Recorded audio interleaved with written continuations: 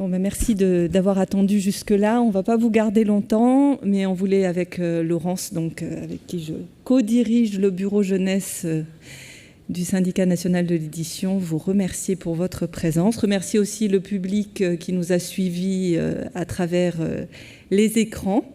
Et remercier nos partenaires pour cette troisième session des Assises dans ce magnifique lieu de la BNF, les quatrièmes. J'ai redit troisième. C'est les quatrièmes. À chaque fois, je me trompe. C'est parce que j'avais écrit troisième.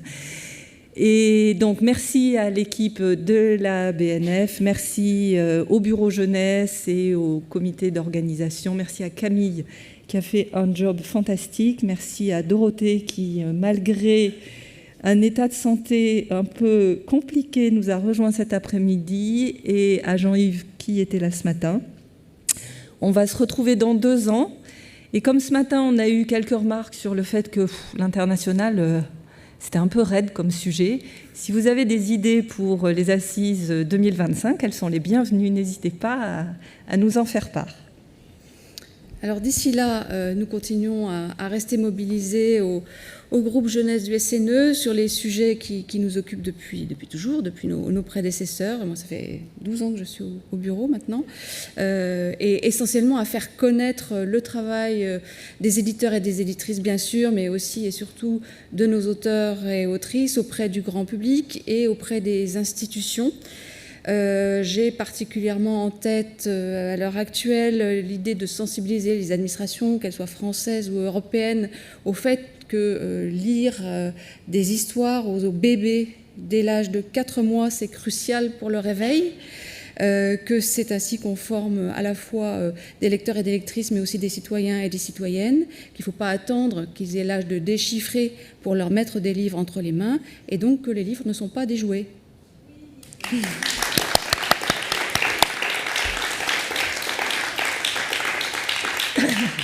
Et donc, le livre pour la jeunesse, c'est dès 4 mois, mais c'est aussi jusqu'à l'adolescence, avec tout le débat qu'on a entamé et qui pourrait nous tenir jusque tard dans la nuit autour de ados, young adultes, crossover, etc. Mais le prix Vendredi est là chaque année depuis 7 ans pour discerner les meilleurs des romans pour ados. Il y en a 10 qui ont été sélectionnés. Le lauréat se verra attribuer son prix le 13 novembre.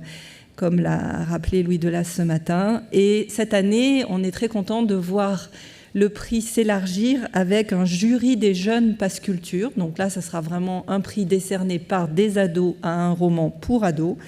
C'est à partir de la même sélection, mais ça sera un jury d'ados qui choisira son roman ado. Ça sera peut-être le même que le jury vieillesse, mais peut-être pas.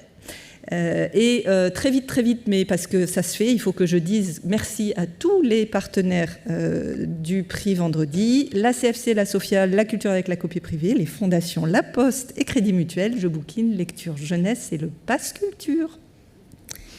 Un autre rendez-vous pour 2024, vous le savez peut-être, Strasbourg est la capitale mondiale du livre en 2024.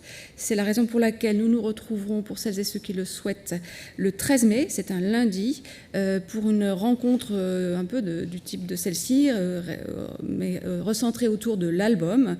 L'occasion de rappeler l'importance du livre et de plaider pour lui redonner sa place dans l'éducation et dans la formation des éducateurs et des éducatrices, tant il est vrai que personnellement, mais je pense que vous partagerez tout à fait mon expérience, c'est dans les livres qu'on apprend le mieux l'empathie.